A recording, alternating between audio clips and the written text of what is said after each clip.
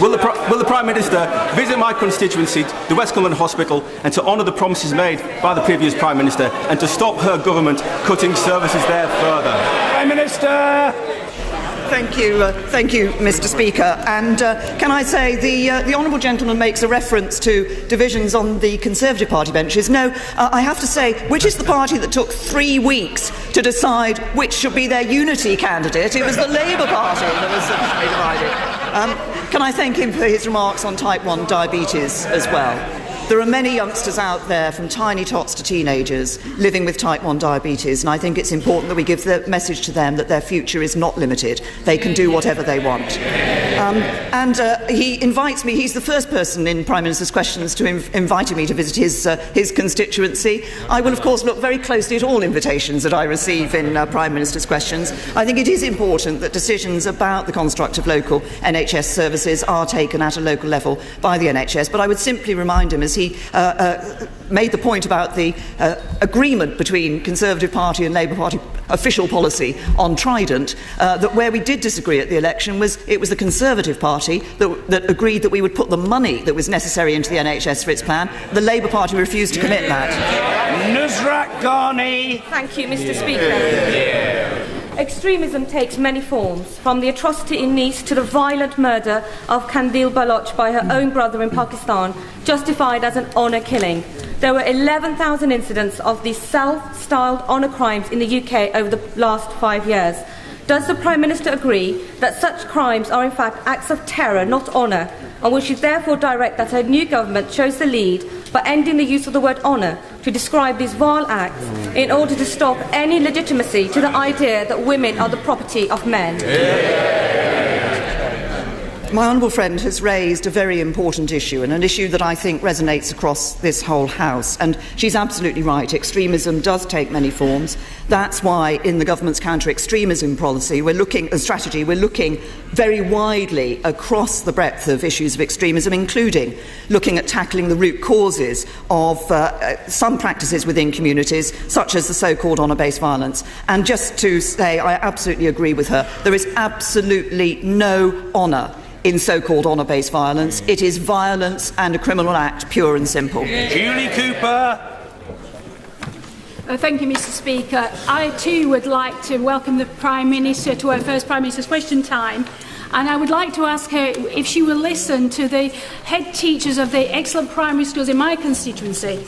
They tell me that the recent unprecedented changes in primary education, including the new SATs, have led to negative impacts on the learning outcomes of the children. Will she urge the new Secretary of State to take these concerns forward and to listen and make some useful changes? Prime Minister. Well, I thank the honourable lady for her welcome to me in my new position. I think that getting education right is absolutely crucial if we're going to ensure that people can take up the opportunities that they deserve, but also have the aspiration to take up those opportunities. Obviously, my right honourable friend, the new Education Secretary, will be looking across the board at the education provision that is in place. We've made some important changes already over the last 6 years that are improving the quality of education, that mean more children are actually getting the quality of education they need. But of course there is more for us to do, and we will be looking at that. Mr. Andrew Stevenson. Thank you, Mr. Speaker. In my constituency, aerospace is of vital importance, with Rolls-Royce employing over 1,000 people at their sites in Barnoldswick. But aerospace isn't just important to Pendle, it's important to the whole UK economy. So will the Prime Minister congratulate all the companies who attended the Farnborough Air Show last week on the deals they signed, and will she agree with me that with nearly £100 billion of trade deals already done this year, it shows that Britain is very much still open for business? Well, my honourable friend is absolutely right that Britain is open for business, and I know what an important role the aerospace industry plays in his constituency, as he says, with his reference to Rolls-Royce, but also in other constituencies across the country, and the importance of the Farnborough Air Show. And my honourable friend, the member for Aldershot, was telling me last night what a great air show it was. Of course, the government committed at Farnborough to provide a new £365 million fund for research and development to ensure that we retain our leading position in this sector. And as he said, there are a significant number of trade deals already signed. That shows Britain's open for business, and I would encourage other companies to go out there and get that business. Catherine McKinnell. Thank you, Mr. Speaker, and I too wish to welcome the Right Honourable Lady to her place. Newcastle Airport was voted best in Britain this week, but the good news they are really waiting for is a decision on Heathrow expansion. The Prime Minister knows that Britain needs to be open for business, so will she do better than Dithering Dave and give us a decision without delay? Can I say to the Honourable Lady, I have some fond memories of Newcastle Airport from the time when I stood in the North West Durham constituency some years ago and made quite a good use of Newcastle Airport. It's changed and expanded rather ever since. On Heathrow, the position has not changed. Obviously, the Howard Davis review work was done. Some further work has been done in relation to the question of air quality around the various proposals that were put forward, and the Cabinet and Government will be taking a decision on this in the proper way in due course. Kelly Tolhurst. Thank you. Thank you, Mr. Speaker. Based on analysis of the crime survey for England and Wales by the Children's Society, an estimated 113 16 and 17-year-old girls in my constituency of Rochester and Strood have experienced a sexual offence in the last year. Given the progress made in tackling child sexual exploitation in the last few years, could my right honourable friend outline if government have plans to strengthen the protection for this particular vulnerable age group? Well, my honourable friend raises a very important issue. We saw, obviously, in recent times, the appalling circumstances in Rotherham in relation to child sexual exploitation. But as my honourable friend has shown, actually, in every constituency in the country, there are young people who are being subjected to sexual offences of various sorts. And that's right why, since Rotherham, the government has been working with all agencies, appropriate agencies, to ensure that we put greater support in place. So we've provided an extra £7 million in funding to ensure victims of sexual abuse receive the right support, launched the whistleblowing helpline to help authorities spot patterns of behaviour that will spot patterns of failure, and made child sexual abuse and exploitation a national threat. So police forces have a duty to collaborate to tackle this terrible crime. But we also, in the coming months, will be strengthening our arrangements. We're all appalled by child sexual abuse, and we need to carry on making sure that we eradicate child sexual abuse. Imran Hussain. Thank you, Mr. Speaker. In her first statement on the steps of Downing Street, the Prime Minister stated that she would lead a government that would work for every one of us. Since she became Prime Minister, I have tried unsuccessfully to get assurances on the continuation of the Northern School Strategy, along with the 80 million that was set aside for the Northern schools. Will she therefore give me that commitment today so that children in Bradford and the North can have the same chances as those in London and the South? Well, it is important that we ensure that across the country children are getting the opportunities that they deserve, and the quality of education they receives an important part of that.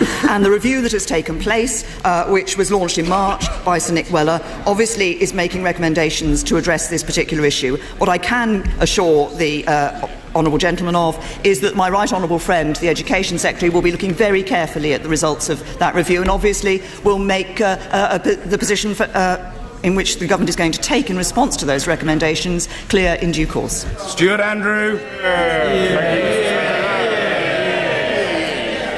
Mr. Speaker, growing up on a council estate, it was tough coming out as a Conservative.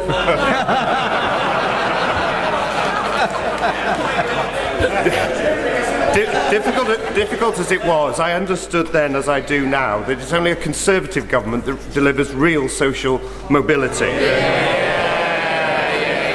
Does my right honourable friend agree with me that it's the job of this government to fight for such opportunities for the people of Britain, because the party opposite are too busy fighting each other? Well, my honourable friend puts it very well. And if you look at the Conservative benches, as he says, we have Conservative members of Parliament who are brought up in council houses, Conservative members of Parliament brought up by single-parent families. The chairman of the Conservative Party is a former miner. It is this party that is looking at opportunity for all, and that certainly, I'm very clear that the government I lead will be driven not by the interests of the privileged few, but by the interests of everyone in this country, not entrenching the advantages of privileged few in terms of opportunity, but extending opportunity to all. Stuart Blair Donaldson. Thank you, Mr. Speaker. Whatever your politics, one cannot help but be inspired by the image from last week of the female Prime Minister of the UK meeting the female First Minister of Scotland. It is a message to girls everywhere that they can achieve anything they want and nothing should be off limits to them. Does the Prime Minister agree that to do this, girls and women should be able to live free from gender-based violence and domestic abuse? And will she commit to supporting the bill of my honourable friend for Banff and Buchan and ratify the Istanbul Convention? Can I first of all say to the honourable gentleman that I think it is an important symbol for girls and young women to see women in positions of as Prime Minister and First Minister of Scotland, and I respect the First Minister of Scotland. We had a very constructive first meeting. There are certain issues on which we disagree and will continue to disagree, but we will work practically and pragmatically together. I think it is important to deal with the issues of gender violence and domestic violence against women and girls. That's why the government has, I led as Home Secretary, the Violence Against Women and Girls strategy. That is being taken on by my right honourable friend, the Home Secretary now. We have a good record in what we've done, like putting into operation the domestic violence protection orders, the new coercive control offence, but there's always more to do, and we will be doing that. Simon Hoare. Thank you very much indeed. Can I welcome my right honourable friend to her place? And if it's not too untoward to say, I would declare it as game, set and match to her this afternoon. Could I tell my right honourable friend that last week when I met local NFU representatives in North Dorset, they understood precisely what we were doing and delivering about Brexit, but were keen to ensure that the needs of agriculture and British farmers are front and centre in those discussions and that their interests are not neglected. Can I invite my right honourable friend to make that commitment today? I'm very happy to make the commitment that as we look at the position that we will be taking in the negotiations for the UK leaving the European Union, we will be consulting widely. I recognise that agriculture is a sector that is particularly affected by Brexit, and I can assure my honourable friend that we will be consulting with and listening to the views of farmers and others involved in the food industry and agricultural sector. Mr. Barry Shearman. Mr. Speaker, can I congratulate the Right Honourable Lady on becoming Prime Minister and gently remind her of the conversation we had a few weeks ago when I said she was going to come through the middle and trounce the men standing for that position. So I was right. I also said I was going to put some. I also said I was going to put some money on her. Unfortunately, Mr. Speaker, I never got round to it because the odds were very good at the time. But can I ask the Prime Minister a very serious question about the younger generation, the millennials? So many of them in our country believe that they are citizens of Europe. They had the ability to travel, to work, and to be true Europeans. Will she soon give them her vision of how that reality as European citizens can be delivered even in the present circumstances? Well, I thank the honourable gentleman. I do indeed remember the conversation where he said that I would, as he put it, trounce the men. I have to say, of course, the Conservative Party came up with an all-woman shortlist without being required to do so.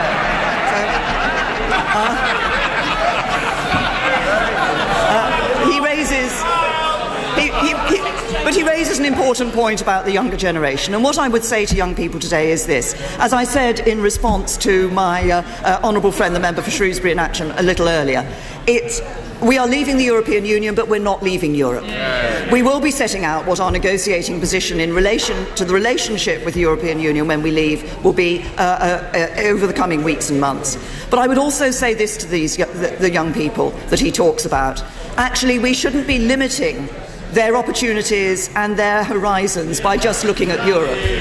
This country will be making a success of Brexit because we will be out there in the world as an outward-looking, expansive country with opportunities around the globe. Mr. Philip Davis. Can I very warmly welcome the Prime Minister to her post. Unlike dithering Barry opposite, I did place a bet on her becoming the next leader.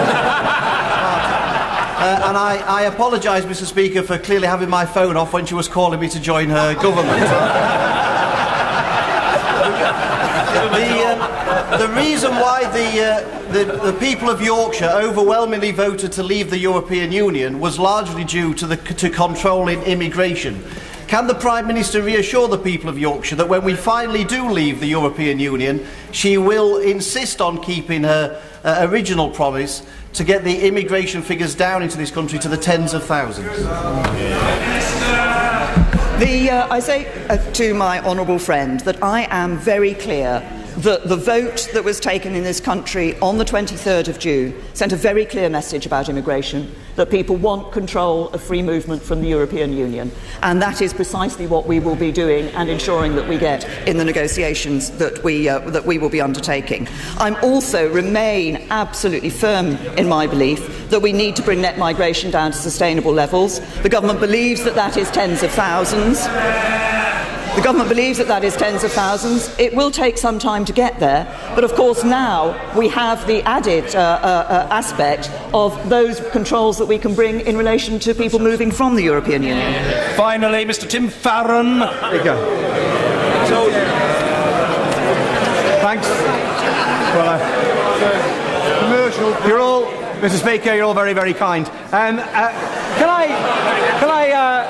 Can I genuinely, warmly welcome the Prime Minister to her position and reflect that she has come a long way since we were on the hustings together in North West Durham. She will reflect that she is possessing greater support in this chamber than either of us got in Concert Working Men's Club. Today, there are reports that the new Brexit unit will be hiring lawyers at the cost of £5,000 per head per day. So can I ask the Prime Minister whether she'll be using the mythical £350 million to pay the legal fees, or is that still penciled in for the NHS, as promised by her cabinet colleagues who campaigned for leave? Very good. I think it's absolutely right that we create a new department to focus on the work of negotiating the United Kingdom leaving the European Union, and that department will need to have the expertise necessary to undertake those negotiations. And I say to the Right Honourable Gentleman, I'm very happy to remember the days that he and I spent campaigning in that Parliament, in that general election in North West Durham. Little did the voters of North West Durham know that the two candidates, unsuccessful candidates in that election, would become leaders of two of this country's political parties. Although, as I would point out to the Right Honourable Gentleman, my party is a little bit bigger than his is.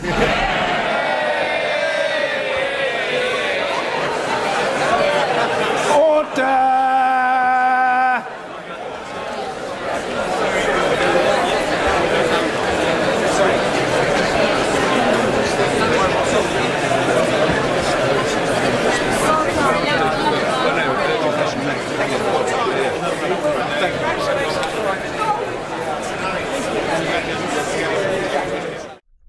The Republican National Convention continues live on C-SPAN tonight at 7:30 Eastern.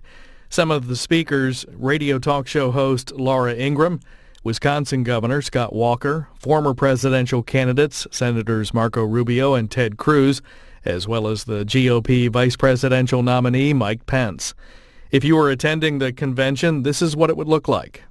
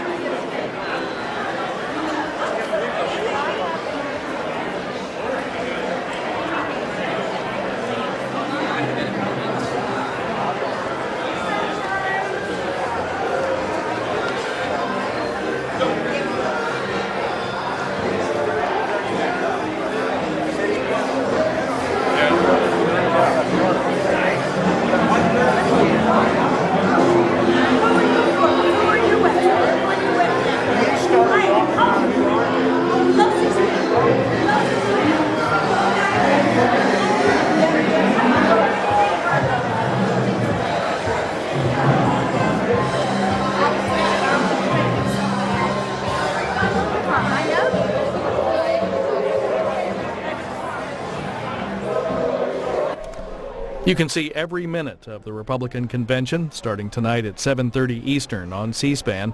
Listen on the C-SPAN radio app and get video on demand at cspan.org. Here's more about how to watch online.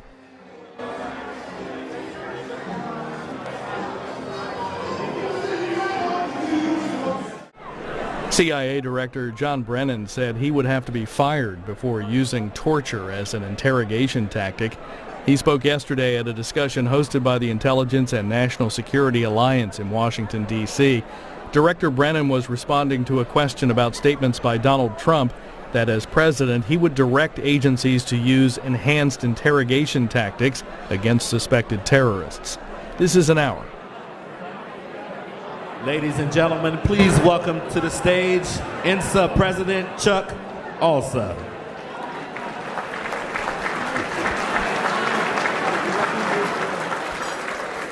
Okay. I'm going to get you quieted down here. This is the most responsive audience ever, okay? Give yourself a hand.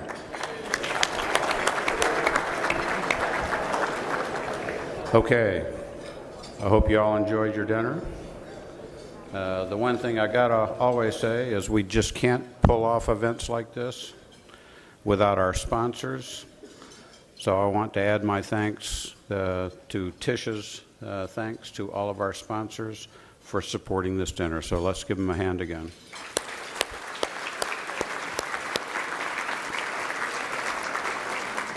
So it is my pleasure, when we do these sponsorship things, to invite and introduce Jill Singer, who is a Senior Vice President with AT&T, to introduce our speakers.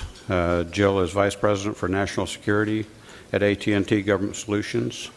She has extensive experience in government and industry. Her last two government posts were as CIO for NRO and Deputy CIO at CIA. Jill's also a member of the INSA Board of Advisors. So Jill, thank you for your support. Thank you for AT&T support. And come on up and introduce our speakers.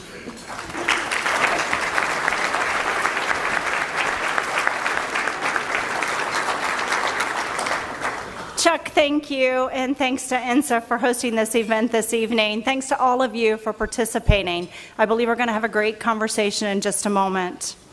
AT&T is pleased to be a sponsor of this leadership dinner and the conversation with Director Brennan.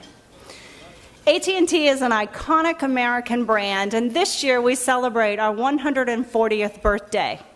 We're very proud to say that we have supported the federal government for almost all of those 140 years. Moreover, we are proud to say that we have supported the predecessor organization to today's U.S. intelligence community for over 90 years. It's a long time going back. Thank you. As we look forward, AT&T is excited to harness innovative information and communications technologies such as the Internet of Things in support of intelligence. And we also look forward to our increased participation in the Intelligence and National Security Alliance. It is now my pleasure to introduce our speakers for the evening. Dr. Jennifer Sims is a widely respected expert on U.S. intelligence and one who has seen it through the eyes of the executive branch, academia, and Congress. As noted earlier by Tish, she is the non-resident senior fellow for national intelligence at the Chicago Council on Global Affairs, developing and running national security and law in cooperation with DePaul University.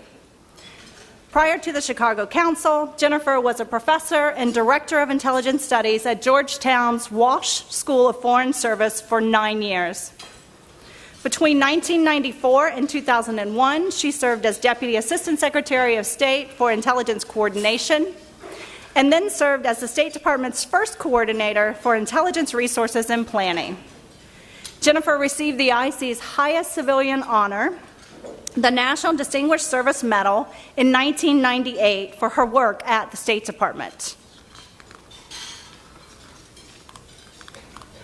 Now my pages are stuck together momentarily. Prior to the State Department, Jennifer served as Defense and Foreign Policy Advisor to Senator John Danforth and the Senate Select Committee on Intelligence. That was from 1990 to 1994. She received her bachelor's from Oberlin College and her master's and doctorate in European politics and national security policy from the School of Advanced International Studies at Johns Hopkins. Dr. Sims, thank you very much for being here and moderating. Joining her on stage,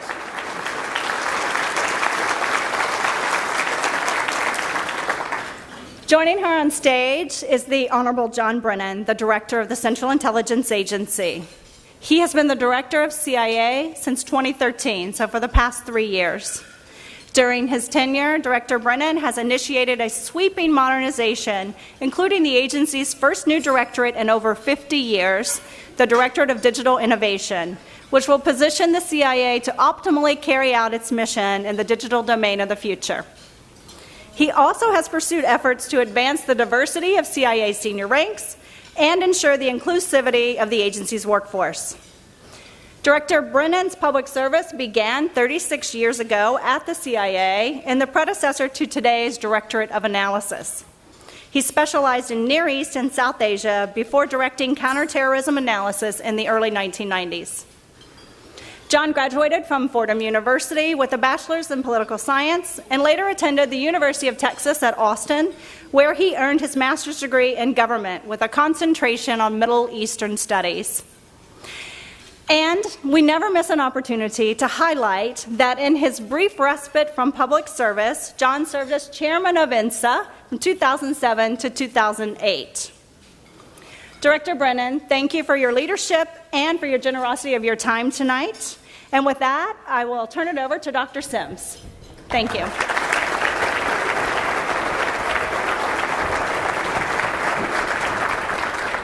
Thank you so much for that wonderful introduction. It really warms my heart to be back with INSA, an organization that I think does fabulous work binding industry with government and intelligence professionals in academia. It's a wonderful organization, and thank you so much for having me here. And John, thanks to you too for joining us for this conversation tonight. And that's what I would like to have, a conversation that looks back as well as forward. We were together 8 years ago on the Obama transition team, and we had the opportunity at that time to look at where the intelligence community stood and also where CIA was in its mission. Looking back now, these 8 years, can you reflect on the progress we've made, imagining that we're here now, all of us part of that next transition team? What would you say to them about both the strengths and weaknesses of the CIA and the larger intelligence community? Well, first of all, thank you for inviting me here tonight. I do have a special place in my heart for INSA since I was serving as chairman here, and it was 8 years ago. The time has gone very quickly. I must also say that although I've never been subjected to an interrogation, I presume that if I were, those lights would be the type of lights that we would be subjected to. So I don't know if this is a turnabout of something here.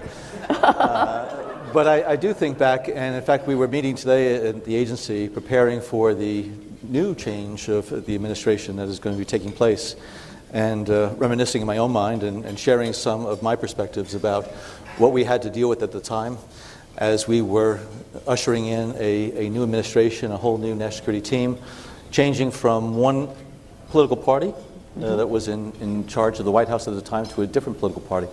And I must say, I give the Bush administration a lot of credit for just how much they did in order to ensure the smoothest transition possible.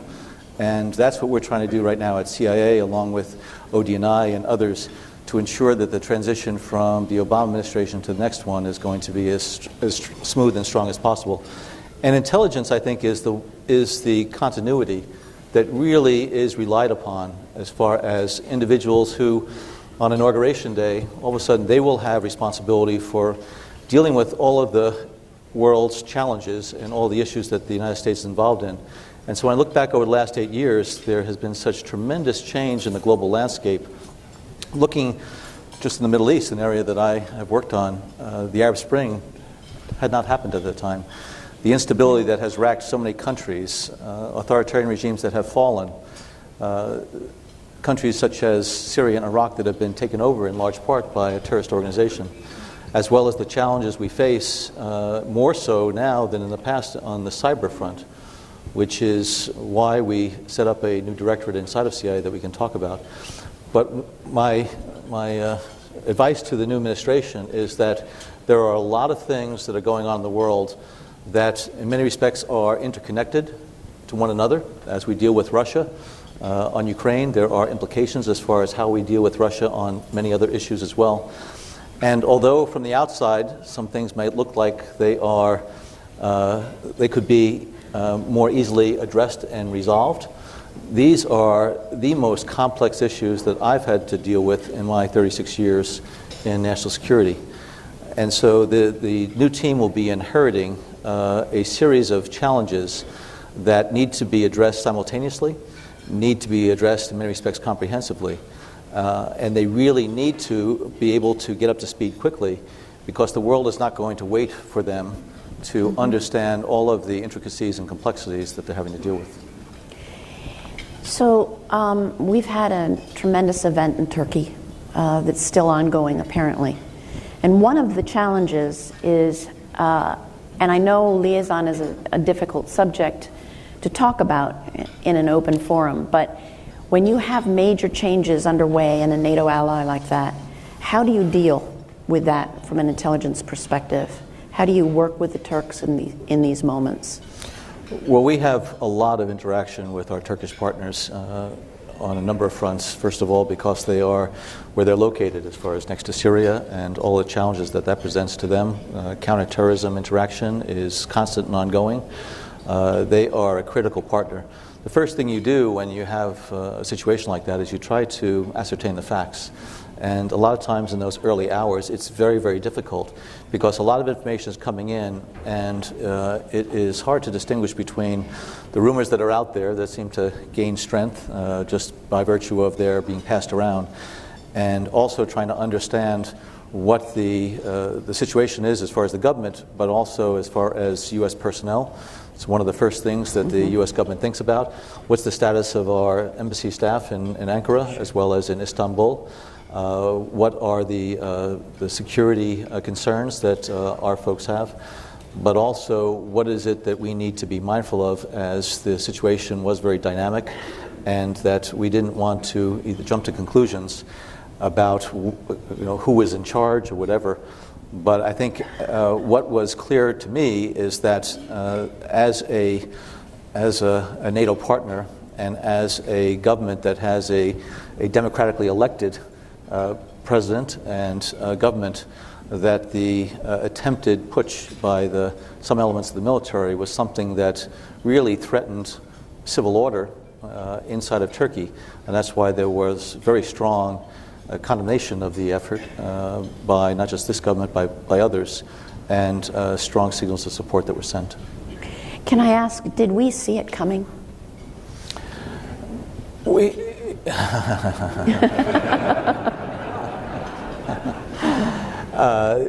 There have been a number of developments in the Turkish political scene over the last several years, with now President Erdogan, previously Prime Minister Erdogan, with the consolidation of power and authority.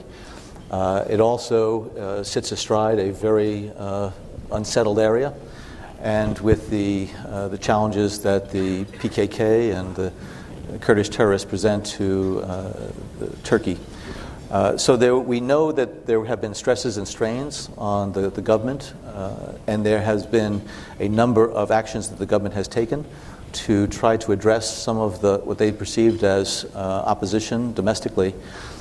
So we were aware of the pressures that the government was under, as well as some of the sentiments that people expressed. But we made sure that our policymakers were kept informed about developments in Turkey, and that's where most of our intelligence assessments go, as opposed to here. Right. But good try anyway, Jennifer. Got it. But this raises an interesting question because, you know, the terrorist attack in Nice, we've had a series of bad events, and I don't need to list them for all of us here. We know what they are.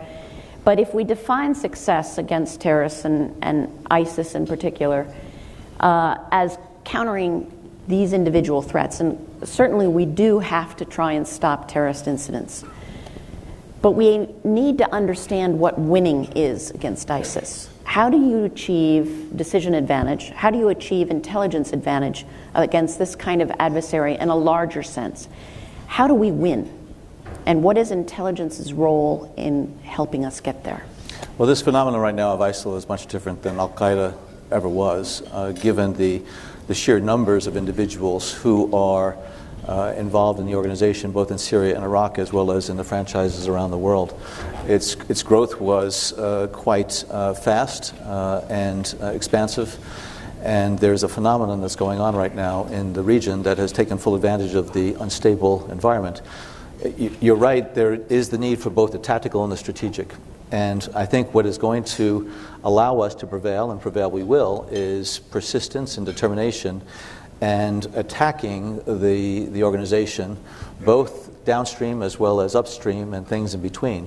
There is a need for just constant effort to try to uncover and uproot what ISIL has sent out, either in terms of operatives, foreign individuals who have served in foreign fighters units inside of Syria and Iraq, but also to try to deal with their propagation of their venomous narrative in the internet.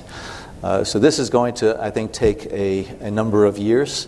It's not something that's going to go away quickly. I think the most important thing for us to do in terms of getting ahead of it from a strategic perspective is taking away its basis, which is in Syria and Iraq. They've controlled territory, they have revenue. It allows them to use this as a basis for their continued efforts worldwide. We're making, I think, significant progress there. They've already heralded some additional setbacks that they're going to experience, sending word to their people that despite those military reverses, they're going to continue to engage in the types of activities that they have outside of the Middle East. So this is going to take constant effort, and as good as CIA is and good as the U.S. is, we have to work very closely with our partners in Europe and the Middle East. There needs to be an international effort and an architecture, which means sharing information so that we're able to identify individuals that might have plans to carry out these devastating attacks, but also find out who is some of the masterminds behind orchestrating these attacks. And inside of Syria, in Raqqa, which is one of the major cities in northeastern Syria, that is the place where a lot of the external plotting takes place. So there is a multidimensional and a multiple geographic area effort to do as much damage to ISIL. At the same time, a lot of the factors and conditions that led to its growth need to be addressed.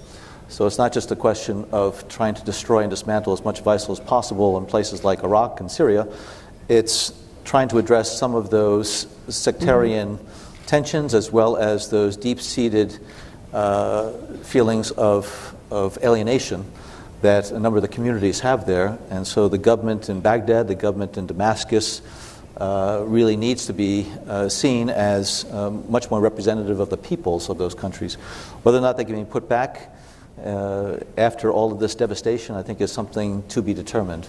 Certainly the United States is trying to keep those countries whole.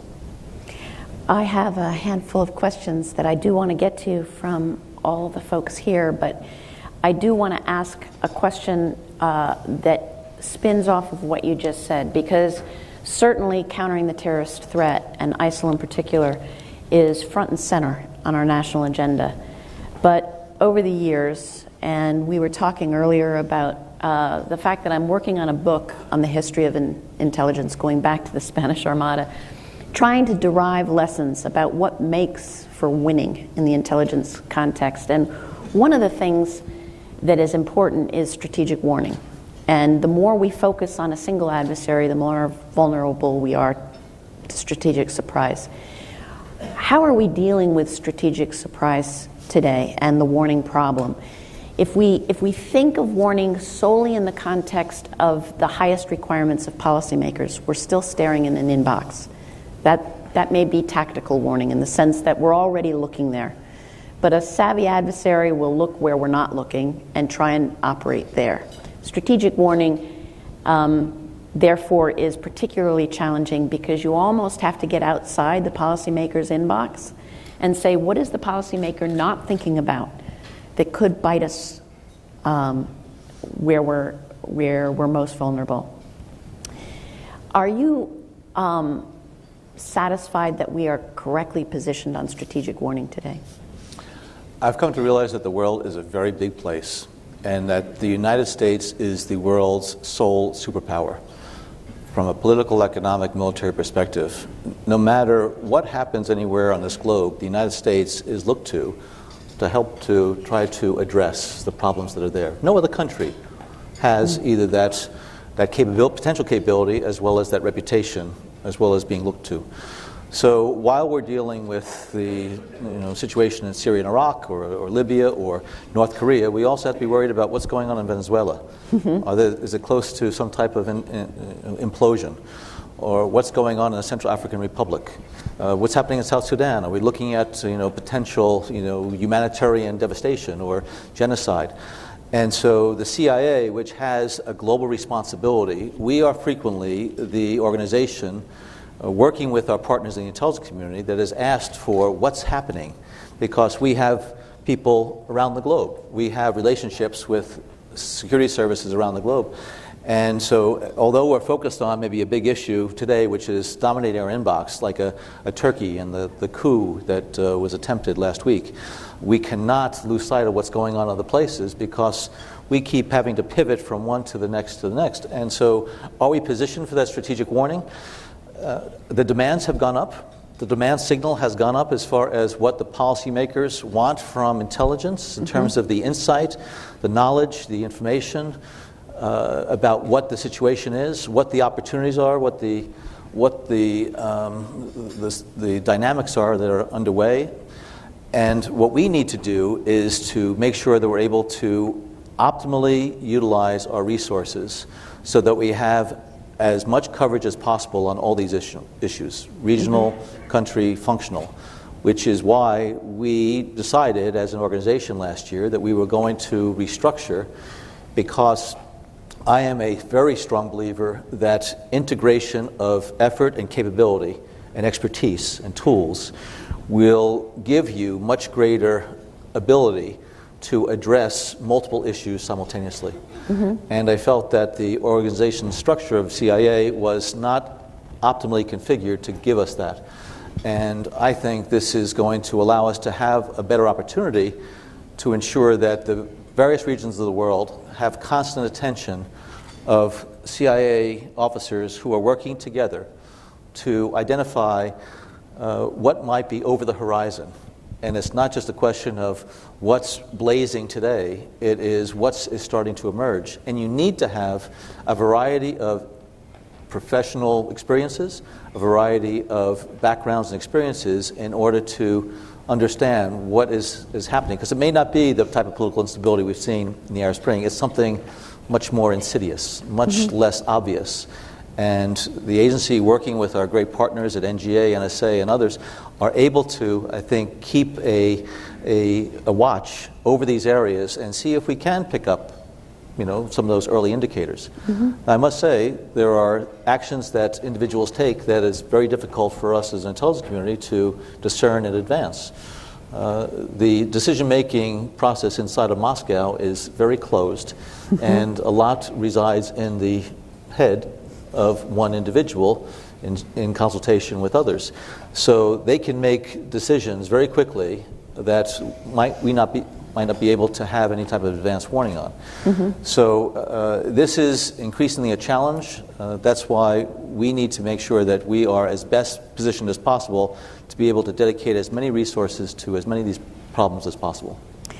So speaking of getting inside of the heads of hard target country leaders, how are we doing on Iran? Are you confident that we have the capabilities we need to monitor the Iranian agreement? I am confident that the U.S. intelligence community is second to none in terms of its ability to look for the signs, the indications that things are happening that may be inconsistent with the agreement that Iran reached. We also have the benefit of having a very intrusive inspection regime as far as the IAEA is concerned. So there are a number of different features of that agreement that complement what it is that the U.S. intelligence community is able to do, which is then further complemented by a number of other intelligence agencies worldwide that have keen interest in trying to detect whether or not Iran is trying to circumvent some of these arrangements, as well as working on the terrorist front or the troublemaking front or ballistic missiles. So I'm never going to say we have perfect view or insight, but I do believe that the weight of the intelligence community, the capabilities of this intelligence community are dedicated appropriately to deal with that type of eventuality. Okay.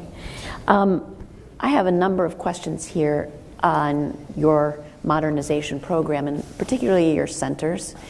So could you talk a little bit more about the rationale behind the centers and whether they've made a difference and where the problems have been, if there have been any?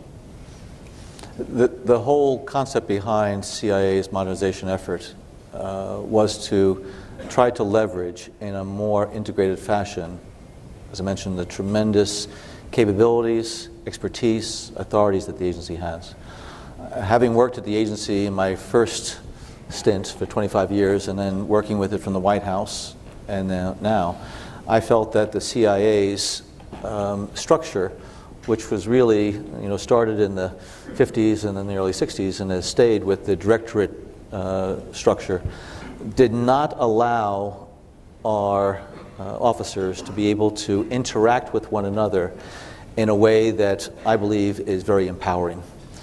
I had some great opportunities throughout my career working in CIA's Counterterrorism Center and then working as part of the National Counterterrorism Center stand-up to be part of efforts where you have people from different backgrounds, different agencies and departments who have different data sets and different ways to look at things.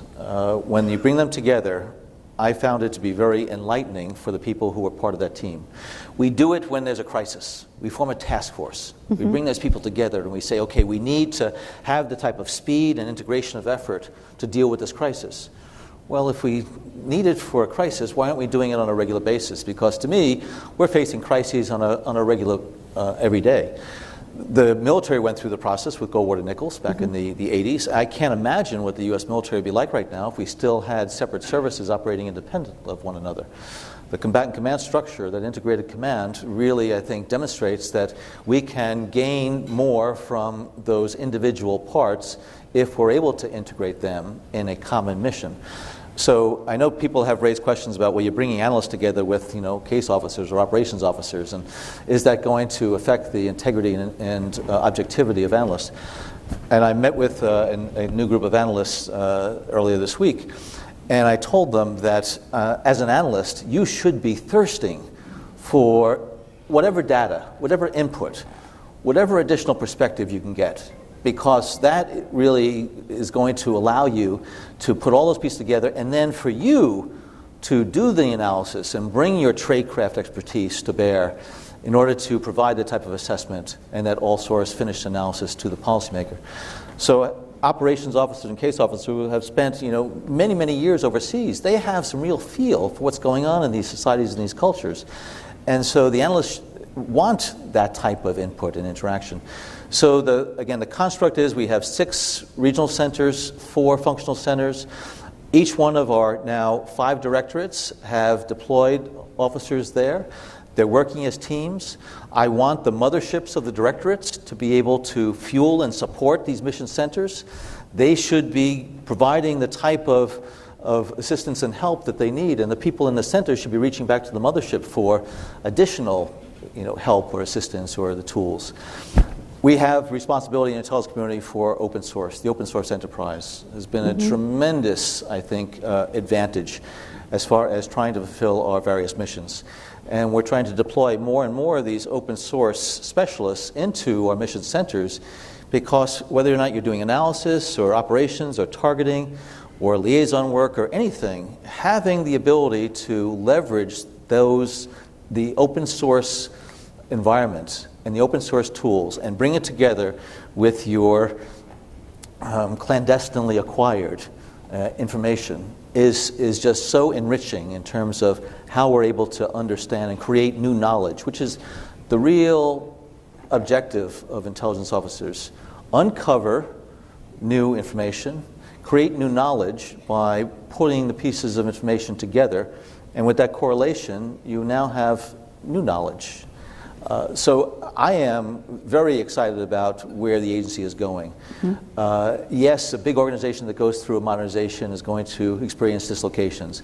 And people who grew up in the organization over the last 20 or 30 years is like, oh God, what is Brennan doing now?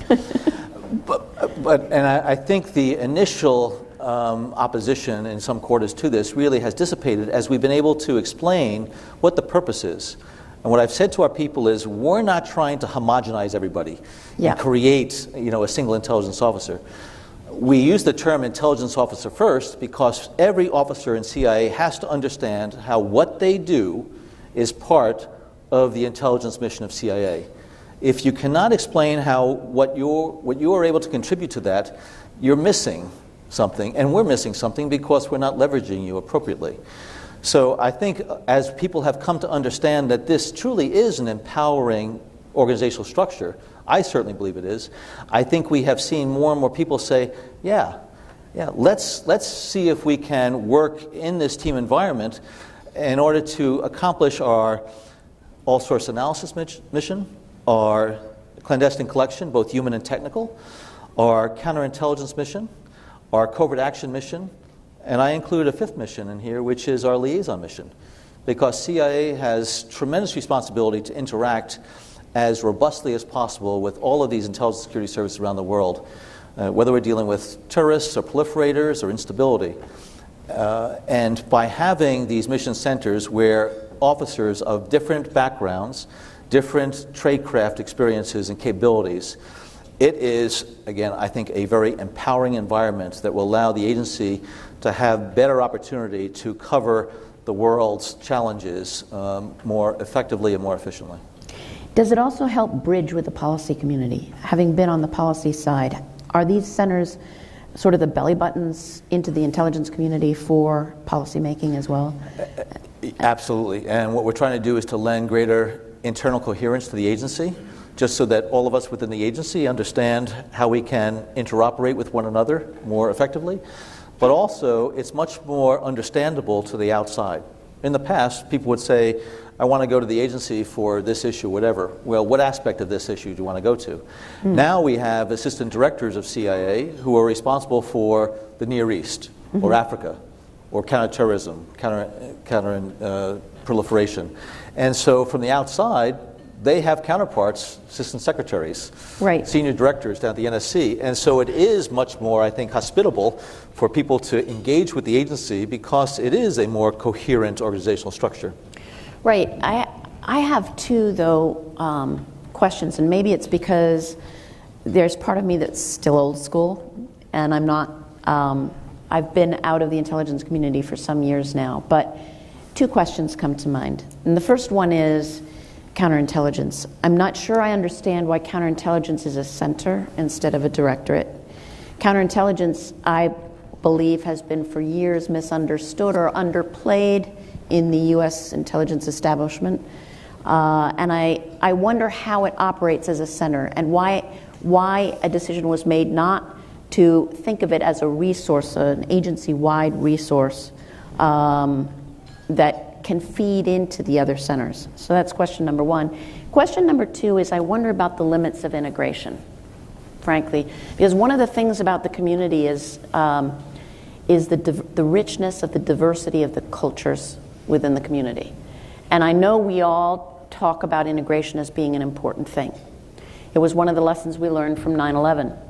On the other hand, when people are being asked to risk their lives, as you well know, there is something to the culture, there's something to the mothership that is important. All this talk about breaking down cultural walls, well, there's a purpose to that culture because it makes people feel as if each other has their back.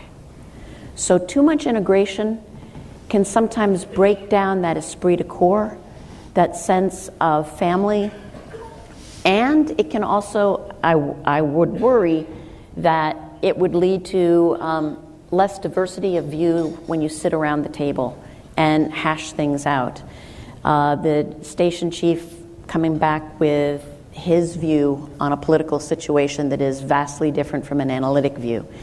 So when I think about wanting to keep that vibrant diversity of view and that rich set of cultures within the intelligence community, I wonder when we've reached the limit of integration. On the first issue, counterintelligence is a mission. It is absolutely a mission. The directorates represent capabilities. You have the Directorate of Operations, Analysis, Science Technology, Support, and Digital Innovation. Those are capabilities that need to infuse the mission throughout the organization. The Counterintelligence Mission Center is a mission in itself, just like counterproliferation and counterterrorism. It has enterprise-wide responsibilities. It interacts with the rest of the mission centers, but it's not a capability. It needs to have the operations, the analysis, the science technology, digital innovation in order to carry out that mission. That's why it is appropriately a mission center. All those mission centers are missions. The directorates represent those capabilities that are then forward deployed. On the issue of integration, absolutely right. There is a balance that needs to be struck. Just like you don't want to have everybody independent and separated from one another, what you don't want to do is to bring everybody together because it's just impossible and unwieldy. So what is that right balance? And what we're trying to do at CIA is not to diminish in any way the cultures that developed in different parts of the agency over our last 69 years. Just like the Marines' identity, that esprit de corps in the Marine Corps, was not diminished in any way by Goldwater Nichols. They still have that pride of being a Marine. Same thing in the Army, Air Force, and others. Same thing inside of CIA. There's great pride in being a case officer, an operations officer. Great pride in being what I think is the gold standard of analysis and being an analyst in CIA. So we want to try to leverage that pride, but bring it together so that they are able to, again, interact with one another in a manner that empowers both of their capabilities and mission. Now, when I look out, I was part of the stand-up of the National Counterterrorism Center, and we could create a self-sustaining organization. But the real challenge in setting that up from scratch was how are you going to make sure that it interoperates with the rest of the counterterrorism ecosystem? And that counterterrorism ecosystem, though, is embedded within an intelligence community ecosystem, which is in part of the national security system and the government. So the real challenge looking out, and the next administration is going to have this certainly in spades, how are you going to ensure that you design the system so that you have the optimal advantage of the capabilities, the networks, the authorities, the nodes, the expertise that resides in the U.S. government that is bigger than any other government, that has tremendous capability. So it's not just a question of putting together the IT architecture that will facilitate and enable interaction. It is putting together the mission architecture that allows you to leverage the data, the authorities, the people, the expertise, the operational authorities, whatever, and doing it at the speed of light. And you can always migrate more and more into it. So the systems engineers are the ones that I look to try to ensure that individual components are configured in an optimal fashion, and those components interact with the rest of the environment in an optimal fashion. And so I think it's very important for us to have dynamic structures that you're able to continue to adapt, because the operating environment that we're in right now is changing at the speed of light. The technological innovations that have come forward over the last decade have profoundly changed the intelligence business. CIA having to operate clandestinely overseas in an environment where the digital domain is so ubiquitous, and everything we do, we pick up digital dust. How are we going to be able to operate, whether it be in Russia, China, wherever, and do it anonymously, do it without any type of trace of an intelligence mission? This is something that is very challenging. Exactly.